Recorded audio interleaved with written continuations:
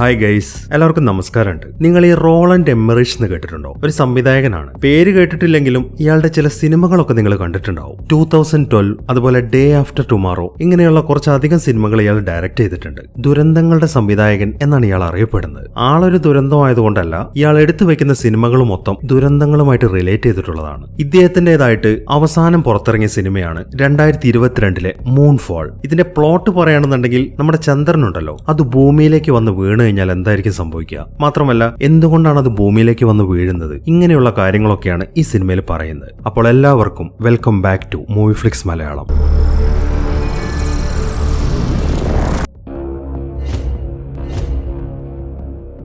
ഈ കഥ ആരംഭിക്കുന്നത് സ്പേസിൽ വെച്ചിട്ടാണ്. വർഷം 2011 3 ആസ്ട്രോണറ്റുകൾ ചേർന്നിട്ട് അവിടെയുള്ള ഒരു സാറ്റലൈറ്റ് ഒക്കെ റെഡിയാക്കിക്കൊണ്ടിരിക്കുകയാണ്. ഇതിലെ നായകന്റെ പേര് ബ്രയാൻ എന്നാണ്. അവന്റെ കൂടെ മാർക്കസ് എന്ന് പറയുന്ന ഒരാളും കൂടെ നിൽക്കുന്നുണ്ട്. അവര് രണ്ടുപേരും കൂടെയാണ് പുറത്തെ കാര്യങ്ങളൊക്കെ ചെയ്യുന്നത്. മൂന്നാമത്തെ ആസ്ട്രോണറ്റ് ഒരു ലേഡിയാണ്. അവളുടെ പേരാണ് ജോ. അവളിപ്പോ അവരുടെ സ്പേസ് ഷിപ്പിന്റെ അകത്താണുള്ളത്. അങ്ങനെ അവരവിടുത്തെ കാര്യങ്ങളൊക്കെ നോക്കിക്കൊണ്ട് നിൽക്കുമ്പോഴാണ് പെട്ടെന്ന് ആ സ്പേസ് ഷിപ്പിന്റെ അകത്ത് വലിയ രീതിയിലുള്ള ഒരു ഇന്റർഫിയറൻസ് വരുന്നത്. എന്താണ് സംഭവിക്കുന്നത് എന്ന് ജോയ്ക്ക് മനസ്സിലാവുന്നില്ല. പെട്ടെന്നാണ് പുറത്ത് നിൽക്കുന്ന രണ്ടാളുകളും ഞെട്ടിക്കുന്ന ഒരു കാഴ്ച കാണുന്നത്. ഒരു കറുത്ത സാധനം, കുറെ പാർട്ടിക്കിൾ കൂടിച്ചേർന്ന പോലെയാണ് അതിരിക്കുന്നത്. അത് വളരെ വേഗത്തിൽ അവർക്ക് നേരെയാണ് വന്നുകൊണ്ടിരിക്കുന്നത്. വന്ന ഉടനെ തന്നെ ആ സാധനം ആ സാറ്റലൈറ്റ് മൊത്തം ഇടിച്ച് തെറിപ്പിച്ച് കളയുന്നു. അതിൽപ്പെട്ട് ബ്രയാനും മാർക്കസും രണ്ട് ഭാഗത്തേക്കാണ് തെറിച്ചു വീഴുന്നത്. ബ്രയാൻ ആണെങ്കിൽ വളരെ കഷ്ടപ്പെട്ട് മാർക്കസിനെ പിടിച്ച് വലിക്കാനുള്ള ശ്രമത്തിലാണ്. ഈ സമയം അവരുടെ സ്പേസ് ഷിപ്പ് ആണെങ്കിൽ വളരെ വേഗത്തിൽ വട്ടത്തിൽ കറങ്ങുന്നുണ്ട്. അതുകൊണ്ട് തന്നെ ബ്രയാനും മാർക്കസിനെ പിടിക്കാൻ പറ്റുന്നില്ല. അപ്പോഴേക്കും ബ്രയാൻ തെറിച്ചിട്ട് ആ സ്പേസ് ഷിപ്പിന്റെ അകത്തേക്ക് വീണു പോവാണ്. അങ്ങനെ വളരെ വേഗത്തിൽ അത് കറങ്ങുന്നോണ്ട് തന്നെ ബ്രയാൻ ആണെങ്കിൽ അവിടെ കഷ്ടപ്പെട്ട് പിടിച്ചിരിക്കുകയാണ്. അവൻ നോക്കുമ്പോൾ മാർക്കസിനെ പിന്നീട് കാണുന്നില്ല. അതുകൊണ്ട് തന്നെ അവൻ വേഗം ആ സ്പേസ് ഷിപ്പിന്റെ അകത്തേക്ക് കയറുന്നു. അതിനകത്താണല്ലോ ജോ ഇരിക്കുന്നത്. പക്ഷെ ആ അറ്റാക്കിൽ അവളുടെ ബോധം പോയിട്ടുണ്ട്. അവൻ എത്ര വിളിച്ചിട്ടും അവൾ എഴുന്നേൽക്കുന്നില്ല. അങ്ങനെ ബ്രയാൻ വേഗം ചെന്നിട്ട് ആ സ്പേസ് ഷട്ടിൽ കറങ്ങുന്നത് നിർത്താനുള്ള ശ്രമത്തിലാണ്. അതിലെ ചെറിയ ചെറിയ ബൂസ്റ്ററുകളൊക്കെ ഓണാക്കി കുറച്ച് സമയത്തെ പരിശ്രമത്തിന് ശേഷം അവൻ അതിന്റെ കറക്കമൊക്കെ നിർത്തുന്നു. മാർക്കസിന് എന്തായാലും അവനെ രക്ഷിക്കാൻ സാധിച്ചില്ല. പക്ഷെ ജോയെ രക്ഷിച്ചാൽ മതിയാവും എന്നാണ് അവന്റെ മനസ്സിൽ. അതുകൊണ്ട് തന്നെ എത്രയും പെട്ടെന്ന് തിരിച്ച് ഭൂമിയിലേക്ക് പോകാനുള്ള തയ്യാറെടുപ്പിലാണ് അവൻ. ഈ സമയത്താണ് ചന്ദ്രന്റെ ഉപരിതലത്തിലായിട്ട് അവൻ മറ്റൊരു കാഴ്ച കാണുന്നത്. അവിടെ എന്തോ വീണ് പൊട്ടിത്തെറിക്കുന്ന പോലെയാണ് അവന് തോന്നുന്നത്. പക്ഷെ എന്താണെന്ന് അങ്ങോട്ട് ക്ലിയർ ആയിട്ട് വ്യക്തമാവുന്നില്ല. അതുകൊണ്ട് തന്നെ ഒന്നും മനസ്സിലാവാതെ അതിലേക്ക് തന്നെ നോക്കി നിൽക്കുകയാണ് അവൻ. ഇനി കാണിക്കുന്നത് ചന്ദ്രന്റെ ഉപരിതലമാണ്. അവിടെ വലിയൊരു ഹോളുണ്ട്. അതിനകത്തേക്കാണ് നേരത്തെ കണ്ട ആ കറുത്ത സാധനം പോയിക്കൊണ്ടിരിക്കുന്നത്. അങ്ങനെ ബ്രയാൻ വേഗം തന്നെ ജോയും കൂട്ടി ഭൂമിയിലേക്ക് എത്തി. ആ സാറ്റലൈറ്റും മറ്റുമൊക്കെ തകർന്നുകൊണ്ട് തന്നെ അവരിപ്പോ ചോദ്യം ചെയ്തുകൊണ്ടിരിക്കുകയാണ്. എന്താണ് സംഭവിച്ചത് എന്നൊക്കെ വളരെ വ്യക്തമായിട്ട് തന്നെ ബ്രയാൻ അവിടുത്തെ ആളുകളോട് പറയുന്നുണ്ട്. അതായത് ഒരു കറുത്ത പാർട്ടിക്കിൾ പോലുള്ള സാധനങ്ങൾ ഞങ്ങളെ വന്ന് അറ്റാക്ക് ചെയ്യായിരുന്നു, അതുകൊണ്ടാണ് ആ സാറ്റലൈറ്റ് തകർന്നത് എന്നിങ്ങനെയുള്ള കാര്യങ്ങളൊക്കെയാണ് ബ്രയാൻ ഇപ്പൊ അവരോട് പറയുന്നത്. ആ കറുത്ത സാധനത്തിനെ സ്വാം എന്നാണ് അയാൾ വിളിച്ചത്. പക്ഷെ അയാൾ ഇങ്ങനെയൊക്കെ പറയുന്നുണ്ടെങ്കിലും ആരും ഇതൊന്നും വിശ്വസിക്കാൻ കൂട്ടാക്കുന്നില്ല. എന്തിനേറെ പറയുന്നു, അയാളുടെ കൂടെ ഉണ്ടായിരുന്ന ജോ പോലും അത് വിശ്വസിക്കുന്നില്ല. അവള് ബോധം കിട്ട് കിടക്കായിരുന്നല്ലോ. അതുകൊണ്ട് തന്നെ പുള്ളി പറയുന്നതിനോട് എനിക്ക് യോജിക്കാൻ പോലും പറ്റുന്നില്ല എന്നൊക്കെയാണ് ജോ പറയുന്നത്. സത്യാവസ്ഥ അറിയാവുന്ന ആകെ ഒരാളുണ്ടായിരുന്നത് മാർക്കസ് ആയിരുന്നു. പക്ഷെ അയാളാണെങ്കിൽ മരിക്കുകയും ചെയ്തു. ബ്രയാൻ അതൊന്നും തെളിയിക്കാനും സാധിക്കുന്നില്ല. അതുകൊണ്ട് തന്നെ ബ്രയാൻ കാരണമാണ് ആ സാറ്റലൈറ്റ് നശിച്ചതെന്നും പറഞ്ഞിട്ട് അയാളെ നാസയിൽ നിന്ന് പിരിച്ചുവിടാണ്. എന്നാൽ ജോയുടെ ജോലിയെ അത് ബാധിച്ചിട്ടുമില്ല. അങ്ങനെ ആ ജോലിയൊക്കെ പോയതിനു ശേഷം വലിയൊരു ട്രാജഡിയാണ് അയാളുടെ ലൈഫിൽ നടക്കുന്നത്. അയാൾ വല്ലാത്ത ഡിപ്രഷനിലായി. അയാളുടെ സ്വത്തും പണവും എല്ലാം നഷ്ടപ്പെട്ടു. എന്തിനേറെ പറയുന്നു, താമസിക്കുന്ന വീട് പോലും അയാൾക്കിപ്പോ നഷ്ടപ്പെട്ടു. ഈ കാരണങ്ങളൊക്കെ കൊണ്ട് അയാളുടെ ഭാര്യയും അയാളെ ഉപേക്ഷിക്കുകയാണ്. അയാൾക്കുണ്ടായിരുന്നത് ഒരു ചെറിയ മകനായിരുന്നു. സോണി എന്നാണ് അവന്റെ പേര്. അവനെയും കൂട്ടിയിട്ട് അവൾ അവളുടെ വീട്ടിലേക്ക് പോവാണ്. അങ്ങനെ ഈ സംഭവങ്ങളൊക്കെ കഴിഞ്ഞിട്ടിപ്പോ 10 വർഷമായി. ഇനി നമ്മൾ പരിചയപ്പെടാൻ പോകുന്നത് ഈ കഥയിലെ ഒരു ഇമ്പോർട്ടന്റ് ക്യാരക്ടറിനെയാണ്. ഇയാളുടെ പേരാണ് കേസി ഹൗസ്മാൻ. നമുക്ക് ഇയാളെ കേസി എന്ന് വിളിക്കാം. ഇയാളിപ്പോ ഒരു യൂണിവേഴ്സിറ്റിയിലാണ് നിൽക്കുന്നത്. അയാളിപ്പോ അവിടുത്തെ ഒരു ഉയർന്ന ഉദ്യോഗസ്ഥന്റെ ഐഡിയ ഒക്കെ സംഘടിപ്പിച്ചിട്ടുണ്ട്. അതിനുശേഷം അയാൾ നേരെ ലോഗിൻ ചെയ്യുന്നത് നാസയുടെ ഒരു ടെലിസ്കോപ്പിലേക്കാണ്. ആ ടെലിസ്കോപ്പിൽ ജോലി ചെയ്യുന്ന ഒരാളുടെ അടുത്ത് ചന്ദ്രന്റെ ഓർബിറ്റിനെ കുറിച്ചിട്ടുള്ള ഡീറ്റെയിൽസ് ഒക്കെ സെൻഡ് ചെയ്ത് കൊടുക്കാനാണ് അയാൾ ഇപ്പൊ പറയുന്നത്. ആ ഉദ്യോഗസ്ഥന്റെ വോയിസിൽ തന്നെയാണ് അയാൾ സംസാരിക്കുന്നത്. എന്റെ സാധാരണ മെയിലിലേക്ക് അയക്കണ്ട, ഞാൻ മറ്റൊരു മെയിൽ ഐ ഡി തരാം, അതിലേക്ക് അയച്ചാൽ മതി എന്നാണ് കേസി പറയുന്നത്. അതിനുശേഷം അയാൾ വേഗം തന്നെ ആ യൂണിവേഴ്സിറ്റിയിൽ നിന്ന് ഇറങ്ങിയിട്ട് അയാൾ ജോലി ചെയ്യുന്ന റെസ്റ്റോറന്റിലേക്കാണ് പോകുന്നത്. ഈ കേസി എന്ന് പറയുന്നത് ഒരു ആസ്ട്രോണറ്റ് ഒക്കെ ആവണം എന്ന് സ്വപ്നം കണ്ട് നടന്നിരുന്ന ഒരാളാണ്. പക്ഷെ അയാൾക്കൊന്നും ആവാൻ സാധിച്ചിട്ടില്ല. എങ്കിലും തന്റെ ഇൻട്രസ്റ്റ് കാരണം ഇങ്ങനെയുള്ള കാര്യങ്ങളൊക്കെയാണ് അയാൾ ഇപ്പോൾ റിസർച്ച് നടത്തിക്കൊണ്ടിരിക്കുന്നത്. കുറെ നാളുകളായിട്ട് ചന്ദ്രനെ കുറിച്ചിട്ട് അയാൾക്ക് വല്ലാത്തൊരു സംശയമുണ്ട്. അയാൾ വിശ്വസിക്കുന്നത് ഈ ചന്ദ്രൻ എന്ന് പറയുന്നത് ഏലിയൻസിന്റെ ഒരു മെഗാ സ്ട്രക്ചർ ആണെന്നാണ്. അത് തെളിയിക്കാൻ വേണ്ടിയിട്ടാണ് അയാൾ ഇപ്പോഴും ചന്ദ്രനെ കുറിച്ചിട്ട് തന്നെ റിസർച്ച് നടത്തിക്കൊണ്ടിരിക്കുന്നത്. അങ്ങനെ അയാൾ അയാളുടെ റെസ്റ്റോറന്റിലേക്ക് എത്തിക്കഴിയുമ്പോൾ തന്നെ ആ ടെലിസ്കോപ്പിൽ നിന്നുള്ള മെയിലൊക്കെ വന്നിട്ടുണ്ട്. അതിലുണ്ടായിരുന്നത് ചന്ദ്രന്റെ ഓർബിറ്റിനെ കുറിച്ചിട്ടുള്ള മുഴുവൻ ഡീറ്റെയിൽസുമാണ്. ആ ഡീറ്റെയിൽസ് ഒക്കെ കാണുമ്പോൾ അവനൊരു ഞെട്ടലാണ് ഉണ്ടാവുന്നത്. അതെന്തുകൊണ്ടാണെന്ന് വെച്ച് കഴിഞ്ഞാൽ ചന്ദ്രന്റെ ഓർബിറ്റ് ഒക്കെ ചേഞ്ച് ആയിക്കൊണ്ടിരിക്കുകയാണ്. അതിപ്പോ ഭൂമിയുടെ നേർക്കാണ് വന്നുകൊണ്ടിരിക്കുന്നത്.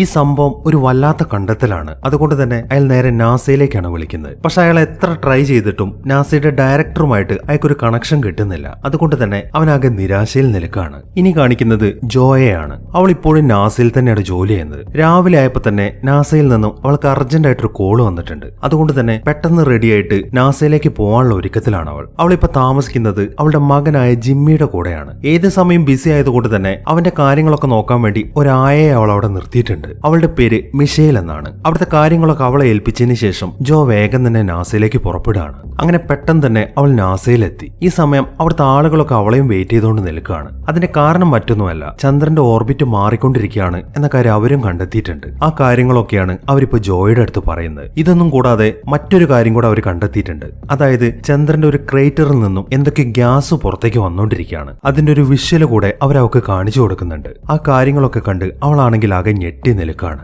ഇതേ സമയം തന്നെ കേസി ആണെങ്കിൽ അയാളുടെ വീട്ടിലാണ്. അയാൾ ഇപ്പോഴും നാസയെ കോണ്ടാക്ട് ചെയ്യാനുള്ള ശ്രമത്തിലാണ്. പക്ഷെ ഒരു സാധാരണക്കാരനൊന്നും വിളിച്ചു കഴിഞ്ഞാൽ നാസയിലെ ആളുകളെ കിട്ടത്തില്ല. അതുകൊണ്ടാണ് അവൻ അവരുടെ അടുത്തൊരു കണക്ഷൻ കിട്ടാത്തത്. അതൊക്കെ കൊണ്ട് തന്നെ അവനാകെ നിരാശയിലുമാണ്. എങ്കിലും ആവശ്യം വരുമെന്ന് കരുതിയിട്ട് അവൻ കണ്ടെത്തിയ മുഴുവൻ ഡീറ്റെയിൽസും അവൻ പ്രിന്റ് എടുത്ത് വെക്കുന്നുണ്ട്. ഈ സമയത്താണ് അവന്റെ പൂച്ച അവിടെ മൂത്രമൊഴിച്ച് വെച്ചിരിക്കുന്നവൻ ശ്രദ്ധിക്കുന്നത്. അവൻ വളരെ ദേഷ്യത്തോടെ തന്നെ ചെന്നിട്ട് ആ പൂച്ചയെ അവിടെ നിന്ന് തള്ളി മാറ്റുകയാണ്. അതിനിടയിൽ ആ പൂച്ച മൂത്രമൊഴിച്ച ഒരു പത്രം അവിടെ കിടക്കുന്നുണ്ട്. അതെടുത്ത് നോക്കുമ്പോൾ ഇന്ന് ആസ്ട്രോനറ്റ് ഡേ ആണ് എന്ന കാര്യം അവന് മനസ്സിലായി. മാത്രമല്ല അതിൽ കൊടുത്തിരിക്കുന്നത് ബ്രയാന്റെ ഫോട്ടോയാണ്. അതെല്ലാം കാണുമ്പോൾ അവനൊരു ഐഡിയ കിട്ടി. ഉടനെ തന്നെ അവൻ പ്രിന്റ് എടുത്ത് വെച്ചിരിക്കുന്ന ആ ഡീറ്റെയിൽസ് മൊത്തം എടുത്തിട്ട് അവൻ നേരെ ബ്രയാനെ കാണാൻ ചെല്ലുകയാണ്. ബ്രയാൻ ഇപ്പോ കുട്ടികളെ പഠിപ്പിക്കുന്ന ടീച്ചറായിട്ടാണ് ജോലി ചെയ്യുന്നത്. കേസി നേരെ ആ സ്കൂളിലേക്കാണ് ചെല്ലുന്നത്. പക്ഷെ ബ്രയാൻ സ്കൂളിലേക്ക് ഇതുവരെയായിട്ട് എത്തിയിട്ടില്ല. അവൻ അവിടെ ഇല്ലാത്തതുകൊണ്ട് തന്നെ കേസി എന്ത് ചെയ്യുന്നു വെച്ച് കഴിഞ്ഞാൽ അവിടെ ഇരിക്കുന്ന കുട്ടികൾക്കൊക്കെ കുറച്ച് ക്ലാസ് എടുക്കാൻ തുടങ്ങി. ചന്ദ്രനെ കുറിച്ചിട്ടാണ് പറയുന്നത്. അതായത് ഈ ചന്ദ്രൻ എന്ന് പറയുന്നത് നമ്മൾ വിചാരിക്കുന്ന പോലെയല്ല, അതൊരു ഏലിയൻ ഉണ്ടാക്കിയ മെഗാ സ്ട്രക്ചർ ആണ് എന്നിങ്ങനെയുള്ള കാര്യങ്ങളൊക്കെയാണ് അവൻ പറയുന്നത്. മാത്രമല്ല അവൻ മറ്റൊരു ഇൻസിഡന്റ് കൂടെ പറയുന്നുണ്ട്. അതായത്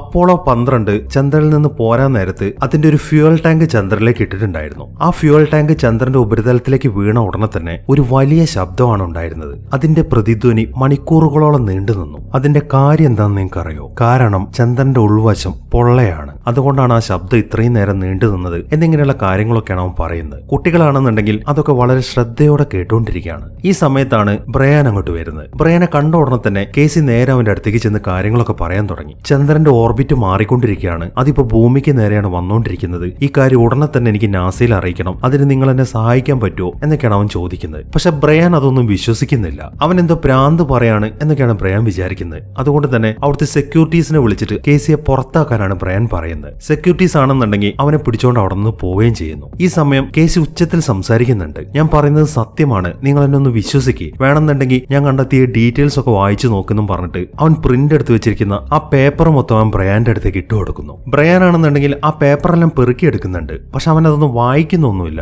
അവൻ ഉടനെ തന്നെ അതെല്ലാം വേസ്റ്റ് ബിന്നിൽ ഇടുകയാണ് ചെയ്യുന്നത്. അങ്ങനെ ബ്രയാൻ നേരെ അവന്റെ വീട്ടിലേക്കാണ് ചെല്ലുന്നത്. വീട്ടിലെത്തുമ്പോൾ ആ വീട് ഒഴിഞ്ഞു കൊടുക്കണം എന്നൊക്കെ പറഞ്ഞിട്ട് അവിടെ കുറച്ച് നോട്ടീസ് ഒക്കെ വന്നു കിടക്കുന്നുണ്ട്. പക്ഷെ അവനതൊന്നും വല്ലാതെ മൈൻഡ് ചെയ്യുന്നില്ല. അവൻ നേരെ ചെന്നിട്ട് ഒരു ബിയറൊക്കെ അടിച്ച് അവന്റെ കാറൊക്കെ ശരിയാക്കിക്കൊണ്ട് നിൽക്കുകയാണ്. ഈ സമയത്താണ് അവന്റെ എക്സ് വൈഫ് അവനെ വിളിക്കുന്നത്. അയാളെ പിരിഞ്ഞു പോയതിനു ശേഷം അവൾ മറ്റൊരാളെ കല്യാണം കഴിച്ചു. അതിലും ഇപ്പൊ അവർക്ക് 2 കുട്ടികളുണ്ട്. മാത്രമല്ല ബ്രയാന്റെ മകനായ സോണിയും ഇപ്പൊ അവരുടെ കൂടെയാണ് താമസിക്കുന്നത്. സോണിക്ക് ഇപ്പൊ 18 വയസ്സൊക്കെ ആയിട്ടുണ്ട്. ഈ ഒരു അവസരത്തിൽ അവൾ വിളിച്ചെന്തിനാണെന്ന് വെച്ച് കഴിഞ്ഞാൽ ഈ സോണിക്ക് അവന്റെ ബർത്ത്ഡേക്ക് അവന്റെ രണ്ടാനച്ഛനായ ടോം അവനൊരു കാർ ഗിഫ്റ്റ് ചെയ്തിട്ടുണ്ടായിരുന്നു. ആ കാറ് വളരെ ഡേഞ്ചറസ് ആയിട്ട് ഓടിച്ചതിന് പോലീസുകാർ അവനെ പിടിച്ചിരിക്കുകയാണ്. ആ ന്യൂസ് ഒക്കെ ഇപ്പൊ ടിവിയിൽ കാണിക്കുന്നുണ്ട്. അത് പറയാനാണ് അവൾ വിളിച്ചിരിക്കുന്നത്. അതെല്ലാം കാണുമ്പോൾ ബ്രയാൻ ആണെങ്കിൽ ഒരു ഞെട്ടലാണ് ഉണ്ടാവുന്നത്. അങ്ങനെ പിറ്റേ ദിവസം തന്നെ സോണിയുടെ ട്രയലിന് വേണ്ടി ബ്രയാൻ നേരെ കോടതിയിലേക്ക് വന്നിരിക്കുകയാണ്. ജഡ്ജ് സോണിയെ കുറിച്ചിട്ട് ഓരോന്നൊക്കെ സംസാരിക്കുന്നുണ്ട്. പക്ഷെ ബ്രയാൻ ആണെങ്കിൽ ആകെ ടെൻഷനിലിരിക്കുകയാണല്ലോ. അതുകൊണ്ട് തന്നെ ജഡ്ജ് ഓരോന്ന് പറയുമ്പോൾ ബ്രയാൻ അവിടെ കിടന്ന് പ്രശ്നം ഉണ്ടാക്കിക്കൊണ്ടിരിക്കുകയാണ്. സോണിക്ക് ഉടനെ തന്നെ ജാമ്യം കിട്ടേണ്ടതായിരുന്നു. പക്ഷെ ബ്രയാൻ അവിടെ കിടന്ന് പ്രശ്നം ഉണ്ടാക്കിയതുകൊണ്ട് ജഡ്ജ് ആണെങ്കിൽ ആ ട്രയല് ഒരാഴ്ചത്തേക്ക് മാറ്റിവെക്കുകയാണ്. അതുകൊണ്ട് തന്നെ സോണി ഒരാഴ്ചത്തേക്ക് ഇനി ജയിലിൽ കഴിയണം. അതാണ് കോടതിയുടെ തീരുമാനം. പോലീസുകാരാണെന്നുണ്ടെങ്കിൽ ഉടനെ തന്നെ സോണിയെ അവിടെ നിന്ന് പിടിച്ചുകൊണ്ട് പോവുകയും ചെയ്യുന്നു. അത് കാണുമ്പോൾ നീ ഒന്നുകൊണ്ടും വിഷമിക്കേണ്ട, ഉടനെ തന്നെ നിന്നെ ഞാൻ പുറത്തിറക്കും എന്നൊക്കെയാണ് അവൻ വിളിച്ചു പറയുന്നത്. ഇതേ സമയം തന്നെ ജോയ് ആണെങ്കിൽ ഇപ്പൊ നാസയിൽ നിൽക്കാണ്. അവിടുത്തെ ഡയറക്ടറും അങ്ങോട്ട് വന്നിട്ടുണ്ട്. അവരെല്ലാവരും കൂടെ എന്തൊക്കെയാണ് സംഭവിക്കുന്നത് എന്ന് ഡയറക്ടർക്ക് കാണിച്ചു കൊടുത്തോണ്ടിരിക്കുകയാണ്. അതായത് ചന്ദ്രന്റെ ഓർബിറ്റ് മൊത്തം മാറിയിട്ടുണ്ട്. അതിപ്പോ ഭൂമിക്ക് അടുത്തടുത്ത് വരികയാണ്. അങ്ങനെ വളരെ അടുത്തെത്തിക്കഴിഞ്ഞാൽ ചന്ദ്രന്റെ ഓരോ പാർട്സും പൊളിഞ്ഞ് നേരെ ഭൂമിയിലേക്കാണ് വീഴുക. 3 ആഴ്ചയ്ക്കുള്ളിൽ ഇങ്ങനത്തെ കാര്യങ്ങളൊക്കെ സംഭവിക്കും എന്നൊക്കെയാണ് അവർ പറയുന്നത്. മാത്രമല്ല ചന്ദ്രനകത്തുണ്ടായിരിക്കുന്ന ഒരു വലിയ ഹോളും കൂടെ അവർ കാണിച്ചു കൊടുക്കുന്നുണ്ട്. അതൊക്കെ കണ്ട് അയാളാണെങ്കിൽ ആകെ ഞെട്ടി നിൽക്കുകയാണ്. എന്താണ് നമ്മൾ ഇനി ചെയ്യേണ്ടത് എന്നൊക്കെയാണ് അയാൾ ചോദിക്കുന്നത്. അത് കേൾക്കുമ്പോൾ നമുക്കിനി ചെയ്യാൻ ഒന്നേ ഉള്ളൂ, എത്രയും പെട്ടെന്ന് തന്നെ ചന്ദ്രനിലേക്ക് പോയിട്ട് എന്താണ് അവിടെ സംഭവിക്കുന്നതെന്ന് ചെക്ക് ചെയ്യുക. അതെന്താണെന്ന് അറിഞ്ഞാൽ മാത്രമേ നമുക്കിനി എന്തെങ്കിലും ചെയ്യാൻ പറ്റൂ എന്നാണ് ജോ പറയുന്നത്. അങ്ങനെ അവരതൊക്കെ സംസാരിച്ചുകൊണ്ട് നിൽക്കുമ്പോഴാണ് അവിടെ ഇരിക്കുന്ന എല്ലാവരുടെ മൊബൈലും ഒരു അലേർട്ട് വരുന്നത്. ചന്ദ്രന്റെ ഓർബിറ്റ് മാറിക്കൊണ്ടിരിക്കുകയാണ് എന്ന കാര്യം ഇപ്പൊ സോഷ്യൽ മീഡിയയിൽ വൈറലായിട്ടുണ്ട്. ആരാണിത് ചെയ്തത് എന്ന കാര്യം ആർക്കും മനസ്സിലാവുന്നില്ല. അങ്ങനെ ചന്ദ്രന്റെ കാര്യം സോഷ്യൽ മീഡിയയിൽ വന്നതിനെ തുടർന്നിട്ട് ആ ഡയറക്ടറും ജോയും കൂടെ ഒരു പ്രസ് മീറ്റ് വിളിച്ചിരിക്കുകയാണ്. നിങ്ങൾ അറിഞ്ഞ കാര്യങ്ങളെല്ലാം സത്യമാണ്, പക്ഷെ ആരും പാനിക് ആവേണ്ട കാര്യമൊന്നുമില്ല, നമ്മൾ ഉടനെ തന്നെ ഈ കാര്യം സോൾവ് ചെയ്യുന്നതാണ് എന്നൊക്കെയാണ് ഡയറക്ടർ ഇപ്പൊ പറഞ്ഞുകൊണ്ടിരിക്കുന്നത്. ഇതെല്ലാം ന്യൂസിൽ മൊത്തം കാണിക്കുന്നുണ്ട്. അതെല്ലാം കണ്ടുകൊണ്ട് ആ കോടതിയിൽ നിൽക്കുകയാണ് ബ്രയാൻ. അപ്പൊ കേസി അവനോട് പറഞ്ഞ കാര്യങ്ങളെല്ലാം സത്യമായിരുന്നു എന്നത് ഈ ഒരു അവസരത്തിലാണ് അവൻ തിരിച്ചറിയുന്നത്. അങ്ങനെ ഉടനെ തന്നെ നാസയും യൂറോപ്യൻ ഏജൻസിയും കൂടെ ചേർന്നിട്ട് ഒരു റോക്കറ്റ് ചന്ദ്രനിലേക്ക് അയക്കുകയാണ്, എന്താണ് അവിടെ നടക്കുന്നത് എന്ന് കണ്ടെത്താൻ വേണ്ടിയിട്ട്. ഈ സമയമാകുമ്പോഴേക്കും സിറ്റിയിൽ മൊത്തം പ്രശ്നങ്ങൾ നടന്നുകൊണ്ടിരിക്കുകയാണ്. ലോകം അവസാനിക്കാൻ പോവാണെന്നൊക്കെ പറഞ്ഞിട്ട് ആളുകളെല്ലാം സിറ്റി മൊത്തം തല്ലി നശിപ്പിക്കുന്നുണ്ട്. പോലീസുകാരൊക്കെ വളരെ കഷ്ടപ്പെട്ടിട്ടാണ് അതെല്ലാം തടുക്കാൻ ശ്രമിച്ചുകൊണ്ടിരിക്കുന്നത്. അങ്ങനെ പെട്ടെന്ന് തന്നെ ആ റോക്കറ്റ് ചന്ദ്രനിലെത്തി. 3 ആസ്ട്രോണറ്റുകളാണ് അങ്ങോട്ട് പോയിരിക്കുന്നത്. അവരിപ്പോ ചന്ദ്രന്റെ ഉപരിതലം മൊത്തം സെർച്ച് ചെയ്തുകൊണ്ടിരിക്കുകയാണ്. അവർ നേരത്തെ കണ്ടെത്തിയ ആ ഹോൾ അവർക്ക് കാണാൻ സാധിക്കുന്നുണ്ട്. അതിനകത്ത് എന്താണുള്ളതെന്ന് അറിയാൻ വേണ്ടി അവരൊരു ചെറിയ പ്രോബ് ആ ഹോളിന്റെ അകത്തേക്ക് അയക്കുകയാണ്. ഒരു 25 കിലോമീറ്ററോളം അത് ചന്ദ്രന്റെ ഉൾഭാഗത്തേക്ക് പോകുന്നുണ്ട്. പക്ഷെ പെട്ടെന്നാണ് അത് പോയ അതേ സ്പീഡിൽ മുകളിലേക്ക് തന്നെ പൊങ്ങി വരുന്നത്. അത് പൊങ്ങി വരുന്നതോടൊപ്പം തന്നെ ചന്ദ്രന്റെ ഓർബിറ്റ് നേരെയായിട്ട് വരുന്നുണ്ട്. പെട്ടെന്നാണ് ആ കറുത്ത സാധനം പുറത്തേക്ക് വരുന്നത്. അത് നേരെ ആ സ്പേസ് ഷട്ടിലിന്റെ അടുത്തേക്കാണ് ചെല്ലുന്നത്. അതിനുശേഷം അതിനകത്തിരിക്കുന്ന 3 ആസ്ട്രോണറ്റിനെ അത് കൊന്നുകളയുന്നു. അതെല്ലാം കണ്ട് ആകെ ഞെട്ടി നിൽക്കുകയാണ് എല്ലാവരും. അങ്ങനെ ചന്ദ്രനാണെങ്കിൽ ഭൂമിയിലേക്ക് അടുത്തടുത്ത് വന്നുകൊണ്ടിരിക്കുകയാണ്. അതോടൊപ്പം തന്നെ കടലിലെ തിരമാലകളൊക്കെ ഉയരുന്നുണ്ട്. അതെല്ലാം സുനാമികളായിട്ട് സിറ്റിയിലേക്ക് അടിച്ചു കയറിക്കൊണ്ടിരിക്കുകയാണ്. ഇതേ സമയം തന്നെ ബ്രയാൻ ആണെങ്കിൽ കേസിയെ കാണാൻ ചെന്നിട്ടുണ്ട്. അവരിപ്പോ കേസിയുടെ സ്ഥലത്തിരുന്ന് സംസാരിച്ചുകൊണ്ടിരിക്കുകയാണ്. പെട്ടെന്നാണ് കടൽ വെള്ളം അങ്ങോട്ട് ഇരച്ചു കയറുന്നത്. അത് കണ്ട ഉടനെ തന്നെ അവർ നേരെ ആ ബിൽഡിങ്ങിന്റെ പുറത്തേക്കാണ് ഇറങ്ങുന്നത്. അവിടുത്തെ കാഴ്ച അവരെ ശരിക്കും ഞെട്ടിച്ചു കളഞ്ഞു. ആ ഏരിയയിൽ മൊത്തം വെള്ളം കയറിയിരിക്കുകയാണ്. ഇനിയിപ്പോ അവർക്ക് പുറത്തേക്ക് പോകാൻ സാധിക്കത്തില്ല. അതുകൊണ്ട് തന്നെ ഉടനെ തന്നെ മുകളിലേക്ക് പോകാനാണ് അവർ തീരുമാനിക്കുന്നത്. പെട്ടെന്നാണ് ആ കടൽ വെള്ളം അതിന്റെ അകത്തേക്ക് ഇരച്ചു കയറുന്നത്. കേസി അതിനകത്ത് പെട്ടുപോകുന്നുണ്ട്. അവന് നീന്താൻ അറിയാത്തോണ്ട് തന്നെ അവൻ അതിൽ കിടന്ന് പൊങ്ങിക്കൊണ്ടിരിക്കുകയാണ്. വളരെ കഷ്ടപ്പെട്ടിട്ടാണ് ബ്രയാൻ അവനെ അതിൽ നിന്ന് രക്ഷപ്പെടുത്തുന്നത്. ഇതേ സമയം തന്നെ ആ ഡയറക്ടറും ജോയും കൂടെ എന്താണ് സംഭവിക്കുന്നത് എന്നൊക്കെ പരിശോധിച്ചുകൊണ്ട് നിൽക്കുകയാണ്. ആ കറുത്ത സാധനം ഒരു മെഷീൻ ആണോ എന്നതാണ് ഡയറക്ടറുടെ ഡൗട്ട്. പക്ഷെ ജോ പറയുന്നത് അതൊരു മെഷീൻ അല്ല, മെഷീനുകൾക്ക് ഒരിക്കലും സ്വന്തമായിട്ട് ചിന്തിക്കാനുള്ള കഴിവില്ല. എനിക്ക് തോന്നുന്നത് ഇത് ആർട്ടിഫിഷ്യൽ ഇന്റലിജൻസുമായിട്ട് ബന്ധപ്പെട്ട എന്തോ ആണെന്നാണ്. ആ ഷിപ്പിൽ നിന്ന് വന്ന ഇലക്ട്രോണിക് സിഗ്നേച്ചറിനെ ട്രാക്ക് ചെയ്തിട്ടാണ് ആ കറുത്ത സാധനം ഷിപ്പിലേക്ക് പോയത്. അതിനെ തുടർന്നാണ് ആ അറ്റാക്ക് നടന്നിരിക്കുന്നത് എന്നിങ്ങനെയുള്ള കാര്യങ്ങളൊക്കെയാണ് അവളിപ്പോ പറഞ്ഞുകൊണ്ടിരിക്കുന്നത്. അതെല്ലാം കേട്ടതിന് ശേഷം അയാളാണെന്നുണ്ടെങ്കിൽ ഒന്നും മിണ്ടാതെ പുറകിലേക്ക് പോവാണ്. അതിനുശേഷം അയാൾ നേരെ വീട്ടിലേക്ക് വിളിക്കുന്നു. എത്രയും പെട്ടെന്ന് തന്നെ നിങ്ങൾ സാധനങ്ങളൊക്കെ പാക്ക് ചെയ്തോ, നമ്മൾ ഇവിടെ നിന്ന് പോവാണ് എന്നൊക്കെയാണ് അയാൾ വീട്ടിലേക്ക് വിളിച്ച് പറയുന്നത്. ജോയി അതൊക്കെ കേൾക്കുന്നുണ്ട്. നിങ്ങൾ എന്താണ് ഈ പറയുന്നത്? നിങ്ങൾ ഇവിടം വിട്ട് പോവാണോ? അപ്പൊ നമുക്കിത് എന്താണെന്ന് കണ്ടുപിടിക്കണ്ടേ? അത് ഇല്ലാതാക്കിയിട്ടില്ല എന്നുണ്ടെങ്കിൽ നമ്മുടെ ലോകം മൊത്തം നശിക്കും എന്നൊക്കെയാണ് അവള് പറയുന്നത്. എന്ത് ഇല്ലാതാക്കണം എന്നാണ് നീ പറയുന്നത്? ആ കറുത്ത സാധനത്തിനെയോ? അതിനു വേണ്ട എന്തെങ്കിലും ഫെസിലിറ്റി നമ്മളുടെ കയ്യിലുണ്ടോ? അതുകൊണ്ട് ഇതൊന്നും നടക്കാൻ പോകുന്നില്ല.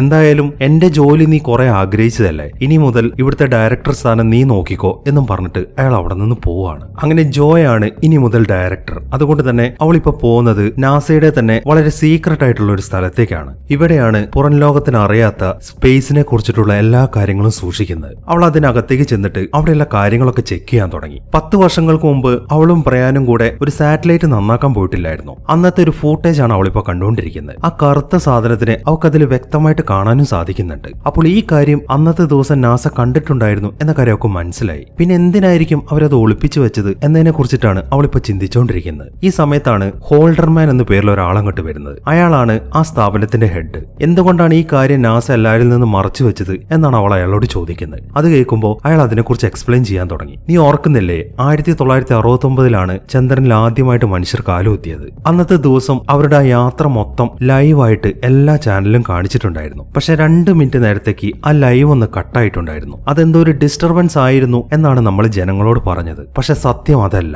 മനഃപൂർവ്വം നാസ 2 മിനിറ്റ് നേരം കട്ട് ചെയ്തതാണ്. അതിന്റെ കാരണം ചന്ദ്രനിലേക്ക് കാലുകുത്തിയ സമയത്ത് വളരെ സ്ട്രേഞ്ച് ആയിട്ടുള്ള എന്തൊക്കെയോ ലൈറ്റുകളും കാര്യങ്ങളൊക്കെ ആ ക്രൂവിലുള്ളവർ കണ്ടിട്ടുണ്ടായിരുന്നു. ആ കാര്യങ്ങളുടെ ഡീറ്റെയിൽസ് ഒക്കെ ചെക്ക് ചെയ്യാൻ വേണ്ടിയിട്ട് എന്നെയായിരുന്നു നാസ ഏൽപ്പിച്ചിട്ടുണ്ടായിരുന്നത്. അന്ന് ആ ക്രൂവിലുള്ളവരോടൊക്കെ ഈ കാര്യങ്ങളൊന്നും വെളിയിൽ പറയരുത് എന്ന് ഞങ്ങൾ പറഞ്ഞിട്ടുണ്ടായിരുന്നു. അവരത് അതുപോലെ അനുസരിക്കുകയും ചെയ്തു. പക്ഷെ ബ്രയാൻ ഒരു നിഷ്കളങ്കനായതുകൊണ്ട് അവനെ കൊണ്ട് അത് മറച്ചു വെക്കാൻ പറ്റത്തില്ല എന്ന കാര്യം നാസയ്ക്ക് അറിയാമായിരുന്നു. അതുകൊണ്ടാണ് അവനെ ഒരു ഭ്രാന്തനാക്കി ചിത്രീകരിച്ചിട്ട് അവനെ ജോലിയിൽ നിന്ന് പറഞ്ഞു വിട്ടത്. സത്യം പറയുകയാണെങ്കിൽ നാസയ്ക്ക് ഈ കാര്യങ്ങൾ നേരത്തെ അറിയാമായിരുന്നു എന്നുള്ള കാര്യം പോലും ബ്രയാൻ അറിയത്തില്ല എന്നൊക്കെയാണ് അയാൾ പറയുന്നത്. അതെല്ലാം കേൾക്കുമ്പോൾ അപ്പോൾ നിങ്ങൾ പറഞ്ഞു വരുന്നത് ചന്ദ്രനെ കുറിച്ചിട്ട് ലോകം അറിയുന്ന കാര്യങ്ങളൊക്കെ വെറും കളവായിരുന്നു എന്നാണോ? അവൾ വീണ്ടും ചോദിക്കുന്നു. അതേ ജോ, എല്ലാം കളവാണ്. നീ ഈ കണ്ട കറുത്ത സാധനം ഉണ്ടല്ലോ, അതെന്താണെങ്കിലും ഒരുപാട് വർഷം പഴക്കമുള്ള ടെക്നോളജിയാണത്. ആ ടെക്നോളജിയെ നമ്മുടെ ടെക്നോളജിയുമായിട്ട് തട്ടിച്ചു നോക്കുകയാണെന്നുണ്ടെങ്കിൽ അതിന്റെ 1% പോലും അടുത്ത് നമ്മൾ വരുന്നില്ല. എങ്കിലും അതിനെ നശിപ്പിക്കാനുള്ള ഒരു കാര്യമൊക്കെ ഞങ്ങൾ കണ്ടെത്തിയിട്ടുണ്ടായിരുന്നു. സുളു എക്സ്റേ 7 എന്നാണ് അതിന്റെ പേര്. ആ ഡിവൈസ് ഡെവലപ്പ് ചെയ്യാൻ ഞങ്ങൾ സ്റ്റാർട്ട് ചെയ്തതുമാണ്. പക്ഷെ ചില ബഡ്ജറ്റിന്റെ പ്രശ്നം കാരണം ഞങ്ങൾ അത് പിന്നീട് വേണ്ടാന്ന് വെക്കുകയാണ് ചെയ്തത്. ഇനി ഇതിന്റെ കാര്യത്തിൽ നമുക്ക് ഒന്നും ചെയ്യാൻ പറ്റത്തില്ല എന്നൊക്കെയാണ് അയാൾ പറയുന്നത്. അതെല്ലാം കേട്ട് ഒന്നും മിണ്ടാതെ അയാളെ തന്നെ നോക്കി നിൽക്കുകയാണ് അവൾ.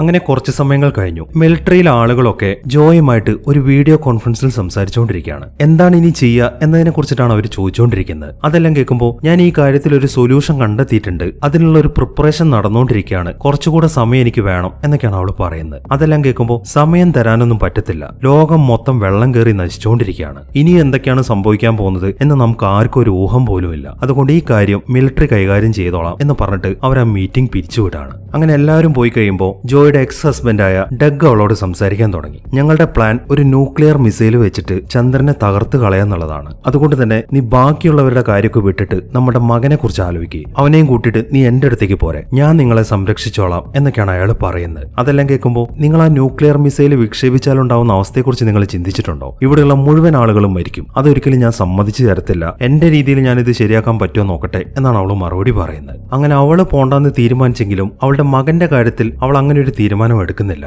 അവനെയും മിഷേലിനെയും കൂടെ നേരത്തെ ഡഗ് പറഞ്ഞ പോലെ ഒരു സീക്രട്ട് ബങ്കറിലേക്ക് അയക്കാൻ അവൾ തീരുമാനിച്ചിട്ടുണ്ട്. മാത്രമല്ല അവൾ ഈ ഒരു അവസരത്തിൽ വീണ്ടും ഡഗിനെ വിളിക്കുകയാണ്. നേരത്തെ ആ ഹോൾഡർമാൻ പറഞ്ഞ സുളു എക്സ്റേ 7 എന്നൊരു ഡിവൈസ് ഉണ്ടല്ലോ, അതിനെക്കുറിച്ച് ചോദിക്കാനാണ് അവൾ വിളിക്കുന്നത്. അതെല്ലാം കേൾക്കുമ്പോൾ ആ ഡിവൈസിന്റെ ടെസ്റ്റിംഗ് ഒന്നും ഞങ്ങൾ പൂർത്തിയാക്കിയിട്ടില്ല എന്നാണ് അയാൾ മറുപടി പറയുന്നത്. ഓക്കെ, അത് ഞാൻ സമ്മതിച്ചു, പക്ഷെ നമുക്കിപ്പോൾ അത് ആവശ്യമുണ്ട്. ആ ഡിവൈസ് വെച്ചിട്ട് മൂണിലുള്ള കറുത്ത സാധനത്തെ നമുക്ക് സ്റ്റോപ്പ് ചെയ്യാൻ സാധിക്കും, അതുകൊണ്ട് ആ ഡിവൈസ് എനിക്ക് അറേഞ്ച് ചെയ്ത് തരാൻ പറ്റുമോ എന്നാണ് അവൾ ചോദിക്കുന്നത്. അതിന് ഈ ഒരു അവസരത്തിൽ നിങ്ങൾ എങ്ങനെ ചന്ദ്രനിലേക്ക് പോകും എന്നായി അവന്റെ ചോദ്യം. അത് നീ എനിക്ക് വിട്, ചന്ദ്രനിലേക്ക് പോകേണ്ട കാര്യങ്ങളൊക്കെ ഞാൻ ഡീൽ ചെയ്തോളാം, ആ ഡിവൈസ് ഉടനെ തന്നെ നീ എനിക്ക് അറേഞ്ച് ചെയ്തതാ എന്നാണ് അവൾ മറുപടി പറയുന്നത്. ഈ സമയമാകുമ്പോഴേക്കും ആ സിറ്റി മൊത്തം വെള്ളത്തിൽ മുങ്ങിയിട്ടുണ്ട്. അവിടെയുള്ള മുഴുവൻ ബിൽഡിംഗും നശിച്ചിരിക്കുകയാണ്. മിലിറ്ററിയിലെ കുറച്ച് ആളുകൾ ഇപ്പോൾ ബ്രയാനെ അന്വേഷിച്ച് പോയിക്കൊണ്ടിരിക്കുകയാണ്. അവർ ഉടനെ തന്നെ ബ്രയാൻ താമസിക്കുന്ന സ്ഥലത്തേക്ക് ചെല്ലുന്നുണ്ട്. അതിനുശേഷം അവന്റെ അടുത്ത് അവരുടെ കൂടെ വരാൻ പറയുന്നു. പക്ഷെ ബ്രയാൻ പറയുന്നത് ഈ കേസിയെ കൂടെ കൂട്ടാണെങ്കിൽ ഞാൻ നിങ്ങളുടെ കൂടെ വരത്തുള്ളൂ എന്നാണ്. ആ മിലിറ്ററിക്കാരാണെങ്കിൽ അതിന് സമ്മതിക്കുകയും ചെയ്യുന്നു.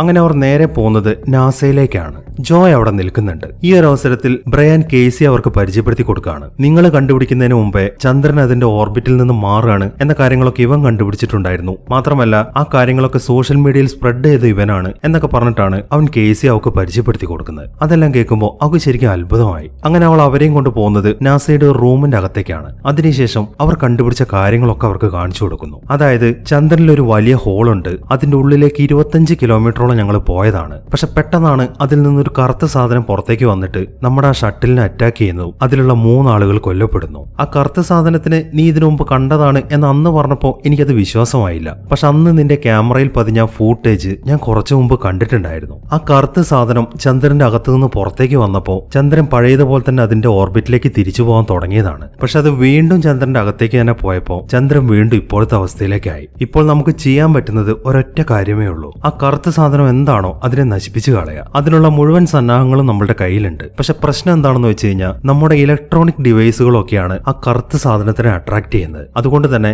ഇലക്ട്രോണിക് സാധനങ്ങൾ കൊണ്ട് ചന്ദ്രനിലേക്ക് പോവുകയാണെങ്കിൽ അത് നമുക്ക് വീണ്ടും പണിയാവും. നിന്നെ ഇങ്ങോട്ട് വിളിച്ചു വരുത്തിയത് എന്തിനാണെന്ന് വെച്ച് കഴിഞ്ഞാൽ അന്ന് ഒരു പവറും ഇല്ലാത്തൊരവസ്ഥയിലാണ് ആ സ്പേസ് ഷട്ടിലും കൊണ്ട് നീ എന്നെ തിരിച്ച് ഭൂമിയിൽ ഇറക്കിയത്. അതുകൊണ്ട് തന്നെ ഈ ഒരു മിഷൻ ചെയ്ത് തീർക്കാനും നിന്നെ കൊണ്ട് മാത്രമേ പറ്റൂ എന്നാണ് ഞാൻ വിശ്വസിക്കുന്നത് എന്നിങ്ങനെയുള്ള കാര്യങ്ങളൊക്കെയാണ് അവൾ പറയുന്നത്. അതെല്ലാം കേട്ട് ഒന്നും മിണ്ടാതെ എന്തോ ആലോചിച്ചുകൊണ്ട് നിൽക്കാണ് ബ്രയാൻ. കേസി പറയുന്നത് ജോ പറയുന്ന കാര്യം സമ്മതിക്കാനാണ്. ബ്രയാൻ ആണെങ്കിൽ അതിന് സമ്മതിക്കുകയും ചെയ്യുന്നുണ്ട്. പക്ഷെ അവനൊരു നിബന്ധനയാണ് അവളുടെ മുന്നിൽ വെക്കുന്നത്. അതായത് ഞാൻ ചന്ദ്രനിലേക്ക് പോകാൻ റെഡിയാണ്, പക്ഷെ എന്റെ മകൻ ഇപ്പൊ ജയിലിലാണ് ഇരിക്കുന്നത്. ഞാൻ നിങ്ങൾക്ക് ചെയ്തു തരുന്ന ഈ ഉപകാരത്തിന്റെ പകരമായിട്ട് അവനെ നിങ്ങൾ പുറത്തിറക്കി തരണം എന്നാണ് ബ്രയാൻ പറയുന്നത്. ജോ അതിന് സമ്മതിക്കുകയും ചെയ്യുന്നു. അങ്ങനെ അവരുടെ മിഷൻ ഉടനെ തന്നെ ആരംഭിക്കാൻ പോവാണ്. നാസയുടെ കയ്യിലുള്ള മുഴുവൻ സ്പേസ് ഷട്ടിലും ഇപ്പൊ മ്യൂസിയങ്ങളിലാണുള്ളത്. ഇപ്പോൾ പുറത്ത് ആകെ ഒരൊറ്റ സ്പേസ് ഷട്ടിലേ ഉള്ളൂ. അതൊരു പഴയ സ്പേസ് സ്പേസ് ഷട്ടിലാണ്. എൻഡവർ എന്നാണ് അതിന്റെ പേര്. അതിലാണ് അവരിപ്പോ മൂണിലേക്ക് പോകാൻ പോകുന്നത്. അതെല്ലാം സെറ്റപ്പ് ആക്കാൻ വേണ്ടിയിട്ടാണ് ഇപ്പൊ അവരങ്ങോട്ട് ചെന്നിരിക്കുന്നത്. അങ്ങനെ അവർ വേഗം തന്നെ ആ സ്പേസ് ഷട്ടിൽ പുറത്തേക്ക് ഇറക്കുന്നു. അതിനുശേഷം ആ ലോഞ്ചിങ് സൈറ്റിലേക്ക് പോകാൻ തുടങ്ങി. അത് റോഡിലൂടെ കൊണ്ടുപോകാൻ പറ്റാത്തതുകൊണ്ട് തന്നെ ഒരു വിമാനത്തിന്റെ മേലെ കെട്ടിവെച്ചിട്ടാണ്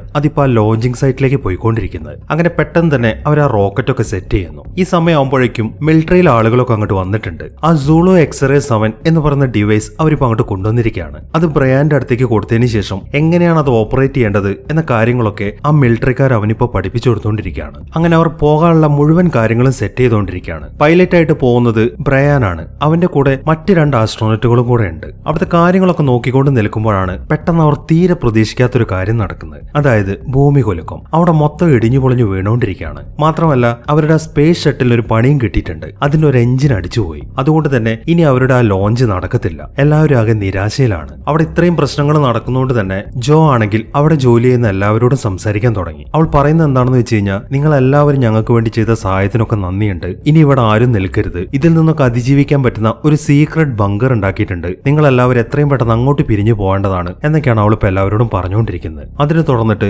എല്ലാവരും അവിടെ നിന്ന് പോവുകയും ചെയ്യുന്നു. അങ്ങനെ എല്ലാവരെയും അവിടെ നിന്ന് പറഞ്ഞു വിട്ടതിന് ശേഷം ജോ അവിടെ നിന്ന് പോകാൻ തുടങ്ങുമ്പോഴാണ് കേസി അവിടെ നിൽക്കുന്ന അവൾ ശ്രദ്ധിക്കുന്നത്. കേസി മാത്രമല്ല, നാസയിലെ തന്നെ 2 ആളുകൾ അവിടെ നിൽക്കുന്നുണ്ട്. എന്താണ് കാര്യം എന്ന് അന്വേഷിക്കാൻ വേണ്ടി ജോ വേഗം തന്നെ അവരുടെ അടുത്തേക്ക് ചെല്ലുന്നു. കേസിയാണ് അതിനെക്കുറിച്ച് എക്സ്പ്ലെയിൻ ചെയ്യുന്നത്. അതായത് ചന്ദ്രൻ ഭൂമിയുടെ അടുത്തേക്ക് വരികയാണല്ലോ, അതുകൊണ്ട് തന്നെ ചന്ദ്രന്റെ ഗ്രാവിറ്റേഷണൽ പുൾ ഇപ്പോ പഴയതിൽ നിന്നും 80% കൂടിയിട്ടുണ്ട് എന്നിങ്ങനെയുള്ള കാര്യങ്ങളൊക്കെയാണ് അവൻ പറയുന്നത്. അത് കേൾക്കുമ്പോഴാണ് ജോക്ക് ഒരു ഐഡിയ തോന്നുന്നത്. അവൾ വേഗം തന്നെ ബ്രയാന്റെ അടുത്തേക്ക് ചെല്ലുന്നു. അതിനുശേഷം അവൾ അവളുടെ പ്ലാൻ പറയാൻ തുടങ്ങി. അതായത് 2 എഞ്ചിൻ മാത്രം വെച്ചിട്ട് അവരുടെ റോക്കറ്റ് ഉയർത്തുക. ചന്ദ്രൻ വളരെ അടുത്തായതുകൊണ്ട് തന്നെ അവർക്ക് പെട്ടെന്ന് ചന്ദ്രന്റെ ഗ്രാവിറ്റിയിലേക്ക് പ്രവേശിക്കാൻ സാധിക്കും. അങ്ങനെ ചന്ദ്രന്റെ ഗ്രാവിറ്റി വെച്ചിട്ട് വേഗം തന്നെ അതിന്റെ ഓർബിറ്റിലേക്ക് കടക്കുക. അങ്ങനെ വരുമ്പോൾ ഈസി ആയിട്ട് ചന്ദ്രനിൽ ലാൻഡ് ചെയ്യാനും സാധിക്കും. ഇതാണ് അവൾ ഉണ്ടാക്കിയിരിക്കുന്ന പ്ലാൻ. അതെല്ലാം കേൾക്കുമ്പോൾ പ്ലാനൊക്കെ നല്ലതാണ്, ഇത് വർക്കൗട്ട് ആവുകയും ചെയ്യും. പക്ഷെ പ്രശ്നം എന്താണെന്ന് വെച്ച് കഴിഞ്ഞാൽ, നമുക്കിപ്പോ ക്രൂ ഒന്നും ഇല്ലല്ലോ. എല്ലാവരെയും നീ തന്നെയല്ലേ പിരിച്ചുവിട്ടത്. ഇനി ഞാൻ ഒറ്റയ്ക്കാണോ അങ്ങോട്ട് പോകേണ്ടത് എന്നൊക്കെയാണ് അവൻ ചോദിക്കുന്നത്. നീ ഒറ്റയ്ക്ക് പോകുന്നു വേണ്ട, ഞാൻ വരാം നിന്റെ കൂടെ. നമ്മൾ പണ്ട് പോയില്ലേ, അതുപോലെ ഒരു പോക്കും കൂടെ പോവാം എന്നാണ് അവള് പറയുന്നത്.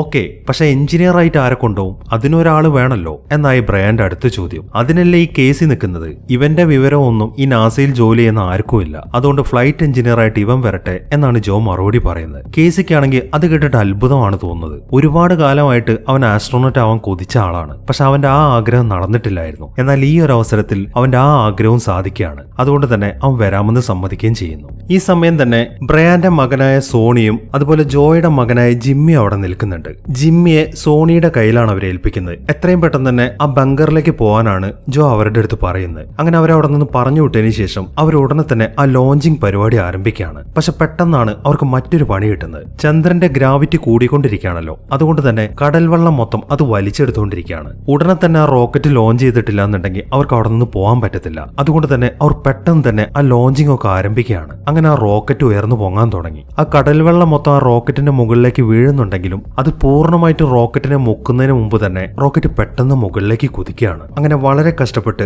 ആ കടൽ വെള്ളം മൊത്തം മറികടന്നിട്ട് അവർ ചന്ദ്രന് നേരെ പോകുന്നു. ഈ സമയം സോണിയാണെങ്കിൽ മിലിറ്ററിയിൽ ഒരു ജീപ്പ് ഓടിച്ചുകൊണ്ട് മുന്നോട്ട് പോവാണ്. ജിമ്മിയും മിഷേലും ആ വണ്ടിയിൽ തന്നെ ഇരിക്കുന്നുണ്ട്. ആ കടൽ വെള്ളമാണെങ്കിൽ അവരെയും ഫോളോ ചെയ്ത് വന്നുകൊണ്ടിരിക്കുകയാണ്. അങ്ങനെ വളരെ കഷ്ടപ്പെട്ട് അതിൽ നിന്നൊക്കെ രക്ഷപ്പെട്ട് അവർ മുന്നോട്ട് പോകുന്നു. ഇതേ സമയം തന്നെ ആ റോക്കറ്റ് ആണെങ്കിൽ മുകളിലേക്ക് തന്നെ കുതിക്കുകയാണ്. അതിനിടയിലാണ് അവർക്കൊരു പ്രശ്നം വരുന്നത്. ആ റോക്കറ്റിന് അത്രയും വെയിറ്റ് ഇരിക്കുന്നതുകൊണ്ട് തന്നെ അത് പോകുന്ന ദിശയിൽ ആംഗിൾ ഒക്കെ ചെരിഞ്ഞുകൊണ്ടിരിക്കുകയാണ്. ഈ ഒരു രീതിയിൽ മുന്നോട്ട് പോവാണെന്നുണ്ടെങ്കിൽ അവർ കറങ്ങി തിരിഞ്ഞ് നേരെ താഴേക്ക് തന്നെ വീഴും. അതിൽ നിന്ന് മറികടക്കാൻ അവരുടെ മുന്നിൽ ഒരൊറ്റ വഴിയേ ഉള്ളൂ, അതിന്റെ വെയിറ്റ് കുറയ്ക്കുക. അതിനുവേണ്ടി അവർ പെട്ടെന്ന് തന്നെ അതിന്റെ ബൂസ്റ്ററുകളും അതുപോലെ മെയിൻ ടാങ്കും സെപ്പറേറ്റ് ചെയ്യുന്നു. അങ്ങനെ ആ സ്പേസ് ഷട്ടിലുള്ള ബൂസ്റ്റർ വെച്ചിട്ടാണ് അവരിപ്പോ മുന്നോട്ട് പോയിക്കൊണ്ടിരിക്കുന്നത്. താരതമ്യേന അത് വളരെ സ്ലോ ആയിരിക്കും, കാരണം സ്പേസിനകത്ത് സഞ്ചരിക്കാൻ വേണ്ടിയിട്ടുള്ളതാണ് ആ ബൂസ്റ്ററുകൾ. പക്ഷെ അവർക്കിപ്പോ നിവൃത്തിയില്ലാത്തതുകൊണ്ടാണ് അവരത് ഉപയോഗിക്കുന്നത്. അങ്ങനെ വളരെ കഷ്ടപ്പെട്ടാണ് അവരിപ്പോ മൂണിന്റെ ഗ്രാവിറ്റിയിലേക്ക് പ്രവേശിച്ചിരിക്കുന്നത്. ഇതേ സമയം തന്നെ സോണിയും ടീമും ആ ബങ്കറിലേക്ക് പോയിക്കൊണ്ടിരിക്കുകയാണ്. സോണി ആണെങ്കിൽ ജിമ്മിയുടെ അടുത്ത് അവന്റെ അച്ഛനെ വിളിക്കാൻ പറയുന്നുണ്ട്. അത് കേട്ട ഉടനെ തന്നെ അവൻ അവന്റെ അച്ഛനെ വിളിക്കുകയും ചെയ്യുന്നു. ഈ ഒരു സമയത്താണ് ജിമ്മി ഇപ്പൊ സോണിയുടെ കൂടെയാണ് എന്നുള്ള കാര്യങ്ങളൊക്കെ അയാൾ അറിയുന്നത്. അയാൾ പറയുന്നത് എന്താണെന്ന് വെച്ച് കഴിഞ്ഞാൽ, ഇവിടുത്തെ സെക്യൂരിറ്റി ഒക്കെ ഭയങ്കര ടൈറ്റ് ആണ്, നിങ്ങൾ പെട്ടെന്ന് തന്നെ ഇങ്ങോട്ട് വരികയാണെന്നുണ്ടെങ്കിൽ നിങ്ങൾ ഇതിനകത്തേക്ക് കയറ്റാനുള്ള പരിപാടിയൊക്കെ ഞാൻ നോക്കിക്കോളാം എന്നാണ് അയാൾ പറയുന്നത്. അങ്ങനെ ബ്രയാനും ടീമും ഇപ്പൊ സ്പേസിൽ എത്തിയിട്ടുണ്ട്. അവരിപ്പോ അവിടുത്തെ ഒരു സ്പേസ് സ്റ്റേഷനിൽ വെച്ചിട്ട് അവരുടെ സ്പേസ് ഷട്ടിലിൽ ഫ്യൂവൽ നിറച്ചുകൊണ്ടിരിക്കുകയാണ്. കേസിയാണ് ഷട്ടിലിന്റെ അകത്തുള്ളത്. ബ്രയാനും ജോയും കൂടെ പുറത്തു നിന്നിട്ട് ആ ഫ്യൂവലൊക്കെ നിറച്ചുകൊണ്ടിരിക്കുകയാണ്. അതിനിടയിലാണ് അവർ ആ ഞെട്ടിക്കുന്ന കാഴ്ച കാണുന്നത്. ചന്ദ്രൻ ഇപ്പോ ഭൂമിയുടെ തൊട്ടടുത്ത് എത്തിയിട്ടുണ്ട്. ഉടനെ തന്നെ കാര്യങ്ങളൊന്നും ചെയ്തിട്ടില്ല എന്നുണ്ടെങ്കിൽ എന്നുണ്ടെങ്കിൽ അത് ഭൂമിയിലേക്ക് വീഴും. പിന്നെ ഒന്നും ചെയ്തിട്ട് കാര്യം ഉണ്ടാവത്തില്ല. അതുകൊണ്ട് തന്നെ അവർ വേഗം ആ ഫ്യൂവൽ അടിക്കുന്നൊക്കെ നിർത്തിയിട്ട് പെട്ടെന്ന് തന്നെ ആ സ്പേസ് ഷട്ടിലിനകത്തേക്ക് കയറുന്നു. അങ്ങനെ സമയം രാത്രിയായി. സോണിയും ടീമും ഇപ്പോഴാ ബങ്കറിലേക്കുള്ള യാത്രയിൽ തന്നെയാണ്. അതിനിടയിലാണ് ഒരാള് വന്നിട്ട് അവരുടെ വണ്ടിക്ക് കൈ കാണിക്കുന്നത്. ഒരു ലിഫ്റ്റിന് വേണ്ടിയിട്ടാണെന്ന് കരുതിയിട്ട് സോണി വണ്ടി നിർത്തുകയും ചെയ്യുന്നു. പക്ഷെ അവൻ വിചാരിച്ച പോലെ ആയിരുന്നില്ല കാര്യങ്ങൾ. അത് കുറച്ച് കൊള്ളക്കാരാണ്. അവന്റെ കൂടെ വേറെയും 2-3 ആളുകളുണ്ട്. വന്ന ഉടനെ തന്നെ അവരുടെ കയ്യിലെ മുഴുവൻ സാധനങ്ങൾ അവർ മേടിക്കുന്നുണ്ട്. മാത്രമല്ല അതിലൊരാൾ സോണിയെ നന്നായിട്ട് ഉപദ്രവിക്കുകയും ചെയ്യുന്നു. അതിനുശേഷം അവര് വന്ന വണ്ടി എടുത്തുകൊണ്ടാണ് അവന്മാർ അവിടെ നിന്ന് പോകുന്നത്. ഇനിയിപ്പോ ഉടനെ തന്നെ മറ്റൊരു വണ്ടി കിട്ടിയിട്ടില്ല എന്നുണ്ടെങ്കിൽ അവർക്ക് ബങ്കറിലേക്ക് എത്തിച്ചേരാൻ സാധിക്കത്തില്ല. അങ്ങനെ ഒരു വണ്ടിക്ക് വേണ്ടിയിട്ടുള്ള സെർച്ചിങ്ങിലാണ് അവർ. അങ്ങനെ നടന്ന് അവരൊരു ഗ്രാമത്തിന്റെ മുകളിലാണ് എത്തി നിൽക്കുന്നത്. ഈ സമയമാകുമ്പോഴേക്കും ചന്ദ്രനിൽ നിന്നും ഒരുപാട് പാറക്കഷ്ണങ്ങൾ താഴേക്ക് വീഴുന്നുണ്ട്. അതൊക്കെ താഴെ വന്ന് വീണ് പൊട്ടിത്തെറിച്ചുകൊണ്ടിരിക്കുകയാണ്. അതൊക്കെ കണ്ട് അവർക്ക് ശരിക്കും പേടിയാവുന്നുണ്ടെങ്കിലും മുന്നോട്ട് പോവാതെ അവരുടെ ഒരു കാര്യവും നടക്കത്തില്ല. അതുകൊണ്ട് തന്നെ വേഗം അവർ അവിടെ നിന്ന് പോവാണ്. ഈ സമയം തന്നെ ബ്രയാനും കൂട്ടരും ചന്ദ്രനിലേക്കുള്ള യാത്രയിൽ തന്നെയാണ്. അവർ സ്പേസ് ഷട്ടിൽ മൊത്തം ഓഫ് ചെയ്തിട്ടുണ്ട്. ആവശ്യമുള്ള സമയം കുറച്ച് സമയത്തേക്ക് ആ ബൂസ്റ്ററുകൾ മാത്രം ഓൺ ആക്കിയിട്ടാണ് അവരിപ്പോ മുന്നോട്ട് പോയിക്കൊണ്ടിരിക്കുന്നത്. ഈ സമയം അവർക്ക് മുന്നിലും ഒരുപാട് പാറക്കഷ്ണങ്ങൾ കാണുന്നുണ്ട്. അതൊക്കെ ആ സ്പേസ് ഷട്ടിലിന് വന്ന് ഇടിച്ചുകൊണ്ടിരിക്കുകയാണ്. അതിൽ തട്ടി ആ സ്പേസ് ഷട്ടിലിന്റെ ഒരു ഭാഗം തന്നെ തകർന്നു പോകുന്നുണ്ട്. അതൊക്കെ കണ്ട് ആകെ പേടിച്ചിരിക്കുകയാണ് കേസി. ഈ സമയം തന്നെ സോണിയും കൂട്ടരും ഇപ്പോഴാ ഗ്രാമത്തിൽ എത്തിയിട്ടുണ്ട്. അവിടുത്തെ ആളുകളൊക്കെ ഒരു വല്ലാത്ത നോട്ടമാണ് അവരെ നോക്കിക്കൊണ്ടിരിക്കുന്നത്. എങ്കിലും അതൊന്നും മൈൻഡ് ചെയ്യാതെ അവർ മുന്നോട്ട് നടന്നുകൊണ്ടിരിക്കുകയാണ്. പെട്ടെന്നാണ് അവർ ആ ഞെട്ടിക്കുന്ന കാഴ്ച കാണുന്നത്. ചന്ദ്രൻ ഇപ്പൊ ഭൂമിയുടെ അടുത്തേക്ക് വന്നുകൊണ്ടിരിക്കുകയാണ്. അതിന്റെ ആ ഗ്രാവിറ്റി കാരണം അവിടെയുള്ള മുഴുവൻ സാധനങ്ങളും മുകളിലേക്ക് പറന്നു പോകുന്നുണ്ട്. സോണിയാണെങ്കിൽ വളരെ കഷ്ടപ്പെട്ട് അവരെ രണ്ടുപേരെയും കൊണ്ട് ഒരു ചെറിയ റൂമിന്റെ അകത്തേക്ക് കയറുന്നു. ഇതേ സമയം തന്നെ ബ്രയാനും ടീമും ചന്ദ്രന്റെ ഉപരിതലത്തിൽ എത്തിയിട്ടുണ്ട്. അവിടെ നിന്ന് നോക്കുമ്പോൾ അവർക്ക് ആ ഹോള് വ്യക്തമായിട്ട് കാണാൻ സാധിക്കും. ഇനിയിപ്പോ അവർക്ക് ചെയ്യാനുള്ളത് ആ ഹോളിന്റെ അടുത്തേക്ക് പോവാന്നുള്ളതാണ്. അതിനുവേണ്ടി ബ്രയാൻ വേഗം ആ ലാൻഡറിന്റെ അകത്തേക്ക് കയറുന്നു. അതിനകത്ത് തന്നെയാണ് ആ സുളു എക്സ്റേ 7 എന്ന് പറയുന്ന ആ ബോംബും സെറ്റ് ചെയ്ത് വെച്ചിരിക്കുന്നത്. അങ്ങനെ അവൻ മാത്രം നേരെ ആ ഹോളിന്റെ മുകളിലേക്ക് ചെല്ലുന്നു. അതിനുശേഷം ആ ബോംബ് ഇരിക്കുന്ന ഭാഗത്തിന്റെ ഇലക്ട്രോണിക്സ് ആയിട്ടുള്ള മുഴുവൻ സാധനങ്ങളും ഓണാക്കുന്നു. അത് ആ കറുത്ത സാധനത്തിനെ അട്രാക്ട് ചെയ്യാൻ വേണ്ടിയിട്ടാണ്. ആ ഇലക്ട്രോണിക് സാധനങ്ങളൊക്കെ ഓൺ ആയി കഴിഞ്ഞാൽ ആ കറുത്ത സാധനം വന്നിട്ട് അതിനെ പിടിക്കും. ആ സമയം അത് ബ്ലാസ്റ്റ് ചെയ്യാനാണ് അവർ തീരുമാനിച്ചിരിക്കുന്നത്. അങ്ങനെ ആ ബോംബ് അടങ്ങിയ ഭാഗം ആ ഹോളിന്റെ മുകളിൽ സെറ്റ് ചെയ്ത് വെച്ചതിന് ശേഷം ബ്രയാൻ തിരിച്ച് അവരുടെ സ്പേസ് ഷട്ടിലിന്റെ അകത്തേക്ക് തന്നെ വരുന്നു. അങ്ങനെ ആ കറുത്ത സാധനം പുറത്തേക്ക് വരുന്നതും വെയിറ്റ് ചെയ്തുകൊണ്ടിരിക്കുകയാണ് എല്ലാവരും. അത് വന്ന ഉടനെ തന്നെ ആ ബോംബ് പൊട്ടിക്കണം. അങ്ങനെ കുറച്ച് സമയം കഴിയുമ്പോൾ ആ കറുത്ത സാധനം മുകളിലേക്ക് ഉയർന്നു വരുന്നുണ്ട്. പക്ഷെ അവർ പ്രതീക്ഷിച്ച പോലെ അത് ആ ബോംബ് ഇരിക്കുന്ന പോഡിനെ പിടിക്കുന്നില്ല. അത് അതിനെ ചുറ്റി കറങ്ങിക്കൊണ്ടിരിക്കുകയാണ്. കുറച്ചു സമയം കറങ്ങിയതിനു ശേഷം അത് വളരെ വേഗത്തിൽ അവരിയ്ക്കുന്ന ഷിപ്പിന് നേർക്കാണ് വരുന്നത്. അത് കണ്ട് അവരാകെ പേടിച്ചിരിക്കുകയാണ്. അതിനകത്തുള്ള മുഴുവൻ ഇലക്ട്രോണിക് സാധനങ്ങൾ ഓഫ് ചെയ്തിട്ടുണ്ട്. എന്നിട്ട് എന്തുകൊണ്ടാണ് അത് അവരുടെ അടുത്തേക്ക് വരുന്നത് എന്നതിനെ കുറിച്ചാണ് അവരിപ്പോ ചിന്തിക്കുന്നത്. അത് വരുന്നതോടൊപ്പം തന്നെ ബ്രയാന്റെ കയ്യിലിരിക്കുന്ന ആ ബോംബിന്റെ റിമോട്ടിൽ എന്തൊക്കെ ഇന്റർഫിയറൻസ് കാണുന്നുണ്ട്. ഇനി ഒരു പക്ഷേ ഇത് കയ്യിലിരിക്കുന്നോണ്ടാണോ അത് ഇങ്ങോട്ട് വരുന്നത് എന്നാണ് ബ്രയാന്റെ സംശയം. അതുകൊണ്ട് തന്നെ അവൻ ആ റിമോട്ട് തല്ലി പൊട്ടിക്കുകയാണ്. പക്ഷെ എന്നിട്ടും ആ സാധനം അവരുടെ അടുത്തേക്ക് തന്നെയാണ് വരുന്നത്. വന്ന ഉടനെ തന്നെ അത് മൊത്തത്തിൽ ആ ഷിപ്പ് കവർ ചെയ്യുന്നുണ്ട്. പക്ഷെ അത് അവരെ കൊല്ലുന്നതിന് മുമ്പ് തന്നെ ബ്രയാൻ ഒരു കാര്യം മനസ്സിലായി. കേസിയുടെ കയ്യിൽ ഒരു ഫോൺ ഇരിക്കുന്നുണ്ട്. അവൻ ഇത്രയും നേരം അതും പിടിച്ചുകൊണ്ടിരിക്കുകയായിരുന്നു. അതുള്ളത് കൊണ്ടാണ് ആ സാധനം വന്നിരിക്കുന്നത് എന്ന് ബ്രയാന് മനസ്സിലായി. അതുകൊണ്ട് തന്നെ അവൻ വേഗം കേസിയുടെ കയ്യിൽ നിന്ന് ആ ഫോൺ വാങ്ങിയിട്ട് അതും തല്ലി പൊട്ടിക്കുകയാണ്. അത് തല്ലി പൊട്ടിച്ച ഉടനെ തന്നെ ആ കറുത്ത സാധനം അവിടെ സ്റ്റക്കായിട്ട് നിൽക്കുന്നു. അതിനുശേഷം അത് തിരിച്ചു പോകാൻ തുടങ്ങി. വളരെ പെട്ടെന്ന് തന്നെ അത് ആ ചന്ദ്രന്റെ മുകളിലെ ഹോളിന്റെ അകത്തേക്ക് പോവാണ്. അതൊക്കെ കണ്ട് അവരാകെ സമാധാനത്തിലിരിക്കുകയാണ്. ഈ സമയമാകുമ്പോഴേക്കും അവർക്ക് ഒരു കാര്യം മനസ്സിലായി. ഇലക്ട്രോണിക്സിനെ മാത്രമല്ല ആ കറുത്ത സാധനം അറ്റാക്ക് ചെയ്യുന്നത്. ഇലക്ട്രോണിക്സിന്റെ കൂടെ ഓർഗാനിക് ആയിട്ടുള്ള എന്തെങ്കിലും വേണം. അതായത് എന്തെങ്കിലും ഒരു ജീവൻ. ആ ബോംബ് ഇരിക്കുന്ന സ്ഥലത്ത് ഇലക്ട്രോണിക്സ് മാത്രമേ ഉള്ളൂ, അവിടെ ജീവനില്ല. എന്നാൽ ഈ സ്പേസ് ഷട്ടിലിനകത്ത് ഇലക്ട്രോണിക്സ് ആയിട്ട് ഉണ്ടായിരുന്നത് കേസിയുടെ ഫോണാണ്. അതിന്റെ കൂടെ ഓർഗാനിക് ആയിട്ടുള്ളത് അവരുടെ ജീവനും. അതുകൊണ്ടാണ് ആ കറുത്ത സാധനം അങ്ങോട്ട് അറ്റാക്ക് ചെയ്യാൻ വന്നിരിക്കുന്നത്. അങ്ങനെ ഈ ഒരു കാര്യത്തെ കുറിച്ചിട്ട് ബ്രയാൻ അവർക്ക് വിശദീകരിച്ചു കൊടുക്കുമ്പോഴാണ് ജോ മറ്റൊരു കാര്യം പറയുന്നത്. എന്താണെങ്കിലും നമുക്കിത് എങ്ങനെയെങ്കിലും തകർത്തേ പറ്റൂ. നമ്മളുടെ മിലിറ്ററിയിലെ ആളുകളൊക്കെ മറ്റൊരു കാര്യം പ്ലാൻ ചെയ്തിട്ടുണ്ട്. അതായത് ചന്ദ്രൻ ഇടിച്ചിറങ്ങുന്ന ഉറപ്പായി കഴിഞ്ഞാൽ അവരത് ന്യൂക്ലിയർ മിസൈൽ വെച്ചിട്ട് ബ്ലാസ്റ്റ് ചെയ്യും. അങ്ങനെ വരുമ്പോൾ ഒരുപാട് ജീവനുകൾ നഷ്ടപ്പെടാൻ സാധ്യതയുണ്ട്. അവരത് ചെയ്യുന്നതിന് മുമ്പ് തന്നെ നമുക്ക് ഇവിടുത്തെ പണിയൊക്കെ അവസാനിപ്പിക്കണം എന്നൊക്കെയാണ് അവള് പറയുന്നത്. അതിനി അവരുടെ മുന്നിലാകെ ഒരൊറ്റ വഴിയേ ഉള്ളൂ. എന്താണ് സംഭവിക്കുന്നതെന്ന് അറിയാൻ വേണ്ടി ചന്ദ്രന്റെ അകത്തേക്ക് പോകണം. എങ്കിൽ മാത്രമേ ഇതിനൊരു സൊല്യൂഷൻ അവർക്ക് കണ്ടെത്താൻ സാധിക്കത്തുള്ളൂ. അതുകൊണ്ട് തന്നെ ബ്രയാൻ വേഗം അവരെയും കൂട്ടി ആ ലാൻഡറിൽ കയറിയിട്ട് ചന്ദ്രന്റെ അകത്തുള്ള ഹോളിലേക്ക് പോവാണ്. ഇതേ സമയം സോണിയും കൂട്ടരും നേരെ എത്തിച്ചേർന്നിരിക്കുന്നത് സോണിയുടെ രണ്ടാനച്ഛനായ ടോമിന്റെ അടുത്താണ്. അവരെ കണ്ട ഉടനെ തന്നെ അയാൾ വേഗം അയാളുടെ വണ്ടിയിൽ കയറ്റി നേരെ വീട്ടിലേക്ക് ചെല്ലുന്നു. സോണിയെ കാണുമ്പോൾ അവന്റെ അമ്മയ്ക്കും വളരെ സന്തോഷമായി. ഈ ഒരു അവസരത്തിൽ സോണി പറഞ്ഞിട്ടാണ് ബ്രയാൻ വീണ്ടും സ്പേസിലേക്ക് പോയിട്ടുണ്ട് എന്ന കാര്യങ്ങളൊക്കെ അവന്റെ അമ്മ അറിയുന്നത്. അതുകൊണ്ട് തന്നെ ബ്രയാനെ കുറിച്ച് ഓർത്ത് അവൾക്ക് ശരിക്കും അഭിമാനമാണ് സമയമാണെന്നാണ് തോന്നുന്നത്. അങ്ങനെ അവർ വേഗം തന്നെ ആ വീട്ടിന്റെ അകത്തേക്കാണ് പോകുന്നത്. ഈ സമയമാകുമ്പോഴേക്കും കുറെ ഉൽക്കകൾ വന്ന് വീണ്ടും അവിടെ പൊട്ടിത്തെറിക്കുന്നുണ്ട്. അതൊക്കെ കൊണ്ട് അവിടുത്തെ റേഡിയോയിലൊക്കെ ഒരു മെസ്സേജ് വരാൻ തുടങ്ങി. ഇനി അധിക സമയത്തേക്ക് ഭൂമിയിൽ ഓക്സിജൻ ഉണ്ടാവത്തില്ല, അതുകൊണ്ട് തന്നെ എല്ലാവരും അവിടെ നിന്ന് ഒഴിഞ്ഞു പോകണം എന്നൊക്കെയാണ് ആ മെസ്സേജിൽ പറയുന്നത്. അതെല്ലാം കേൾക്കുമ്പോൾ സോണി ടോമിനോട് കാര്യം പറയാൻ തുടങ്ങി. ഈ ജിമ്മിയുടെ അച്ഛൻ ഞങ്ങളോട് ഒരു ബങ്കറിലേക്കാണ് വരാൻ പറഞ്ഞത്, നമുക്ക് ഉടനെ തന്നെ അങ്ങോട്ട് പോവാം എന്നാണ് സോണി പറയുന്നത്. അതിനെ തുടർന്ന് എല്ലാവരും ടോമിന്റെ കാറിൽ കയറിയിട്ട് നേരെ ആ ബങ്കറിലേക്ക് പോവാണ്. ഇതേ സമയം തന്നെ ബ്രയാനും കൂട്ടരും ചന്ദ്രനകത്തുള്ള ഹോളിന്റെ അകത്തേക്ക് പ്രവേശിച്ചിട്ടുണ്ട്. അവരിപ്പോ ഒരു കോറിഡോർ പോലുള്ള ഒരു സ്ഥലത്തൂടെ മുന്നോട്ട് പോയിക്കൊണ്ടിരിക്കുകയാണ്. പക്ഷെ മുഴുവൻ ഇരുട്ടായത് കാരണം അവർക്കൊന്നും കാണാൻ സാധിക്കുന്നില്ല. അതുകൊണ്ട് തന്നെ ബ്രയാൻ ആണെങ്കിൽ അതിനകത്ത് മുഴുവൻ ഇലക്ട്രോണിക് സംവിധാനങ്ങൾ ഓണാക്കുന്നു. അതോടൊപ്പം തന്നെ അതിന്റെ ഹെഡ്ലൈറ്റുകൾ മൊത്തം പ്രകാശിക്കാൻ തുടങ്ങി. ഈ സമയം ആ കറുത്ത സാധനമാണെങ്കിൽ ചന്ദ്രനകത്തെ കോറിനെ പൊതിഞ്ഞിട്ടാണ് ഇരിക്കുന്നത്. അവരുടെ ഷിപ്പിൽ ഇലക്ട്രോണിക് സാധനങ്ങളൊക്കെ പ്രവർത്തിക്കാൻ തുടങ്ങിയോണ്ട് തന്നെ ആ കറുത്ത സാധനം ഇപ്പോൾ അവരുടെ നേർക്കാണ് വന്നുകൊണ്ടിരിക്കുന്നത്. അങ്ങനെ അവരിപ്പോ ചന്ദ്രന്റെ അകത്തെത്തി. അതിനകത്തെ കാഴ്ച അവര് ശരിക്കും ഞെട്ടിക്കുന്നതായിരുന്നു. അത്രയ്ക്ക് അഡ്വാൻസ്ഡ് ആയിട്ടുള്ള പല ടെക്നോളജീസുമാണ് അതിനകത്ത് സെറ്റ് ചെയ്ത് വെച്ചിരിക്കുന്നത്. ഈ ഒരു അവസരത്തിലാണ് കേസി പറഞ്ഞ പോലെ ഈ ചന്ദ്രൻ എന്ന് പറയുന്നത് ഒരു മെഗാ സ്ട്രക്ചർ ആണ് എന്ന കാര്യം അവർ തിരിച്ചറിയുന്നത്. വളരെ അത്ഭുതത്തോടെ അതൊക്കെ നോക്കിക്കൊണ്ടിരിക്കുകയാണ് എല്ലാവരും. ഇതേ സമയം തന്നെ ടോമും കൂട്ടരും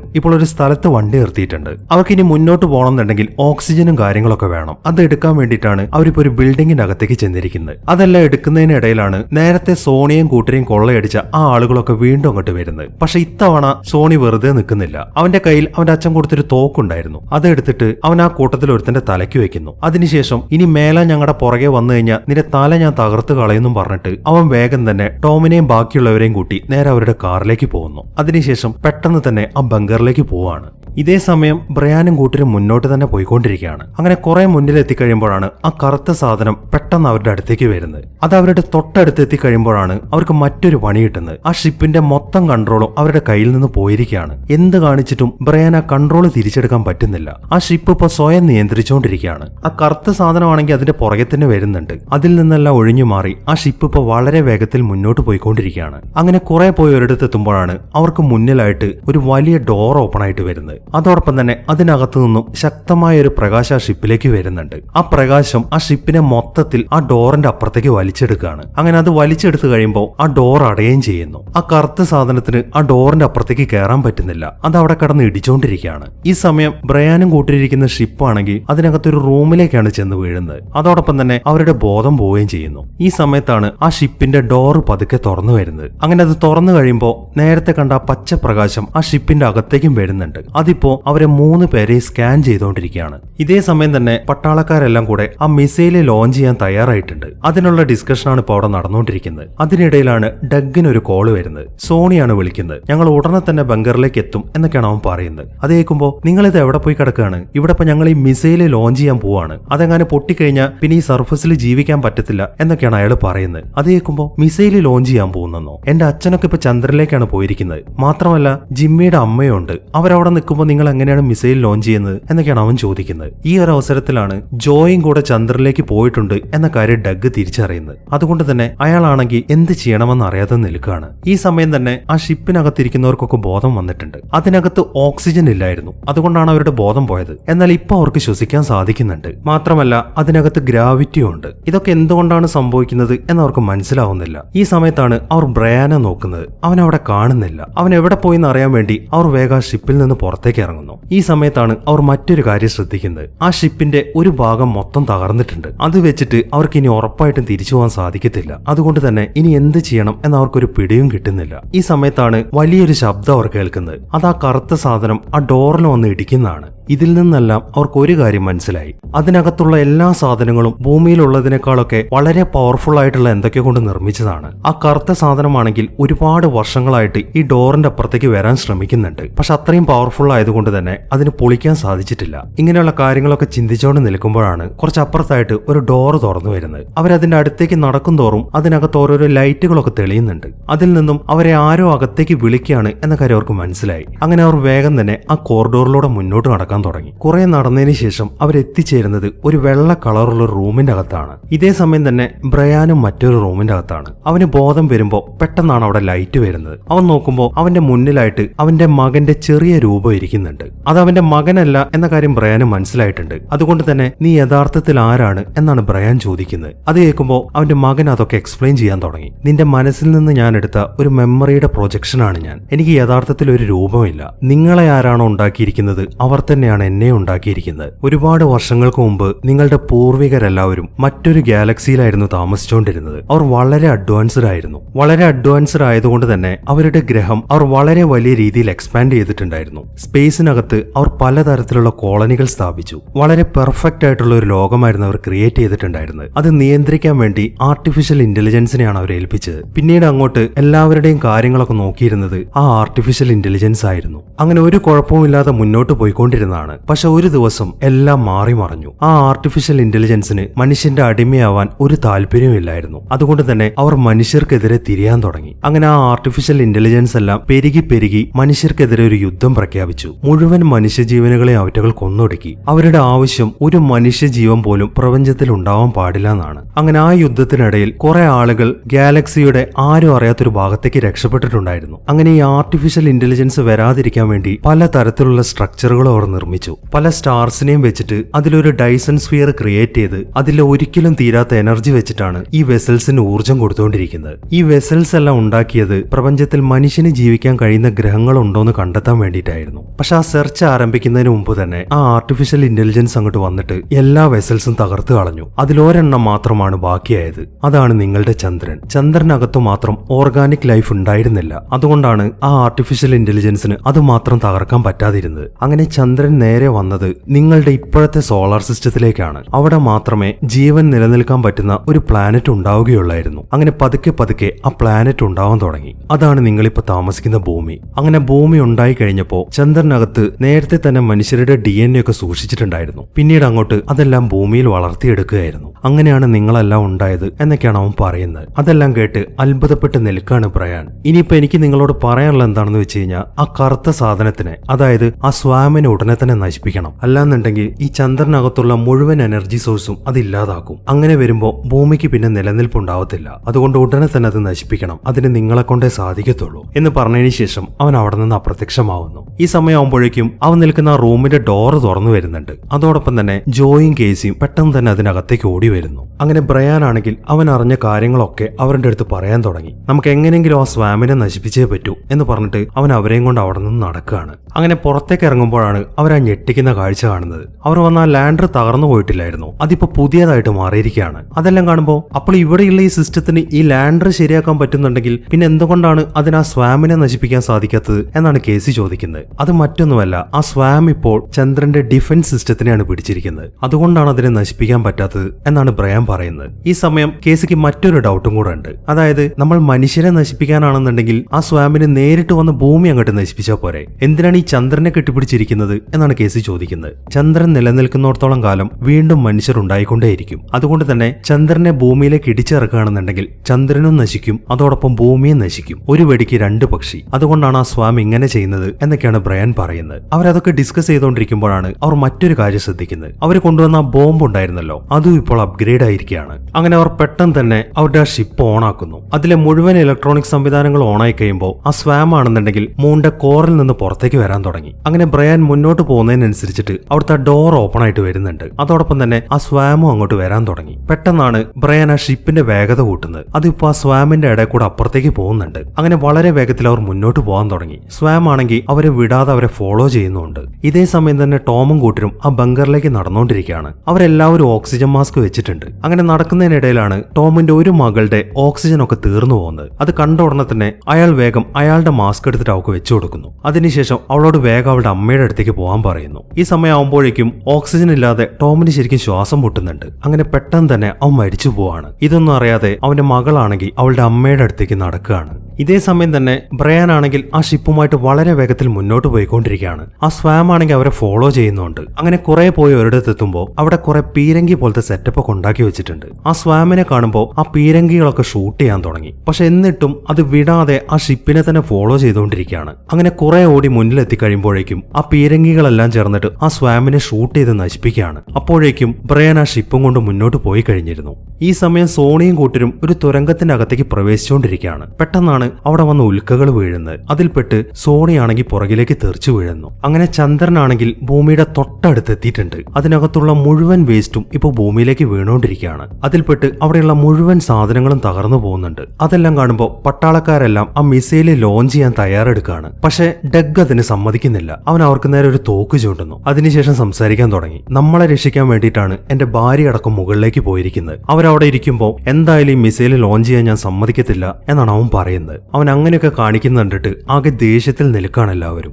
അങ്ങനെ ബ്രയാനും ടീമും ഇപ്പോഴും മുന്നോട്ട് തന്നെ പോയിക്കൊണ്ടിരിക്കുകയാണ്. ആ സാധനം ഇപ്പോൾ അവരെ ഫോളോ ചെയ്യുന്നില്ലെങ്കിലും അത് പൂർണ്ണമായിട്ട് നശിച്ചിട്ടില്ല എന്നവർക്കറിയാം. അതുകൊണ്ട് തന്നെ ആ ബോംബ് ഉപയോഗിക്കാൻ തന്നെയാണ് ബ്രയാന്റെ തീരുമാനം. പക്ഷെ അവരുടെ കയ്യിൽ ഒരു റിമോട്ട് ഇല്ല. അതുകൊണ്ട് തന്നെ അത് നേരിട്ട് അതിന്റെ അടുത്ത് കൊണ്ടുപോയി പൊട്ടിക്കണം. അതിനൊരാൾ അയാളുടെ ജീവൻ കൊടുത്തേ പറ്റൂ. അത് ഞാൻ ചെയ്തോളാം എന്നാണ് ബ്രയാൻ പറയുന്നത്. പക്ഷെ കേസിയും ജോയി അതിന് സമ്മതിക്കുന്നില്ല. പക്ഷെ ബ്രയാൻ ആണെങ്കിൽ അത് തീരുമാനിച്ചു കഴിഞ്ഞിരുന്നു. അവൻ പറയുന്നത്, കേസി നീ ഇതിലൊരു അഭിപ്രായം പറയണ്ട, നീ വേഗം ചെന്നിട്ട് ആ സ്വാം ഇങ്ങോട്ട് വരുന്നുണ്ടോ നോക്ക് എന്ന് പറഞ്ഞിട്ട് ബ്രയാൻ കേസിയെ പുറകിലേക്ക് പറഞ്ഞു വിടുന്നു. അവൻ പുറകിലേക്ക് പോയി കഴിയുമ്പോൾ ജോ ആണെങ്കിൽ ബ്രയാനോട് തർക്കിച്ചുകൊണ്ടിരിക്കുകയാണ്. ഈ ഒരു അവസരത്തിൽ കേസി എന്ത് ചെയ്യുന്നു വെച്ച് കഴിഞ്ഞാൽ ആ ബോംബ് സൂക്ഷിച്ചിരിക്കുന്ന ആ പോടുണ്ടല്ലോ, അവൻ അതിന്റെ അകത്തേക്ക് കയറി ആ ഡോർ അടയ്ക്കുകയാണ്. ബ്രയാനും ജോയും പറഞ്ഞിട്ട് അവനത് തുറക്കുന്നില്ല. നിങ്ങൾ രണ്ടുപേരും ഈ സ്പേസിന്റെ കാര്യത്തിൽ നല്ല എക്സ്പീരിയൻസ് ഉള്ള ആളാണ്. പിന്നെ ഈ ചന്ദ്രനെ കുറിച്ചിട്ട് ബ്രയാൻ ഒരുപാട് കാര്യങ്ങളും അറിയാം. ആ കാര്യങ്ങളെല്ലാം നമ്മുടെ ജനങ്ങളെ അറിയിക്കേണ്ടത് നിന്റെ മാത്രം ഉത്തരവാദിത്തമാണ്. എനിക്കിപ്പോൾ അങ്ങോട്ട് ചെന്നിട്ട് ചെയ്യാനൊന്നുമില്ല. എനിക്ക് ആകെയുള്ളത് വയ്യാതെ കിടക്കുന്ന ഒരു അമ്മയാണ്. അവരുടെ കാര്യം നീ നോക്കിയാൽ മതി, ഈ കാര്യം ഞാൻ നോക്കിക്കോളാം എന്നൊക്കെയാണ് കേസി പറയുന്നത്. അതിനുശേഷം അവൻ ആ പോഡ് സെപ്പറേറ്റ് ചെയ്യുകയും ചെയ്യുന്നു. അങ്ങനെ അവൻ പതുക്കെ പതുക്കെ പുറകിലേക്ക് പോയിക്കൊണ്ടിരിക്കുകയാണ്. അതൊക്കെ കണ്ട് വളരെ സങ്കടത്തോടെ നിൽക്കുകയാണ് ബ്രയാൻ.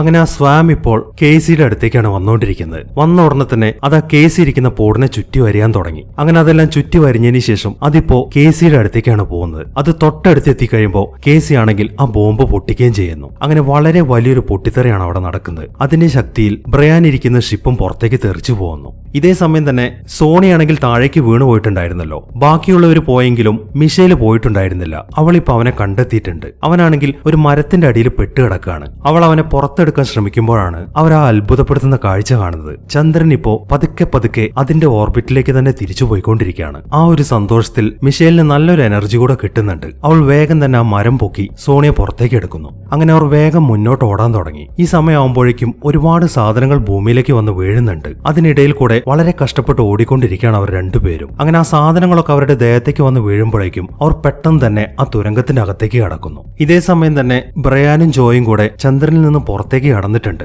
അവരിപ്പോൾ ഒരു പാരച്യൂട്ടിൽ ഭൂമിയിലേക്ക് ലാൻഡ് ചെയ്തുകൊണ്ടിരിക്കുകയാണ്.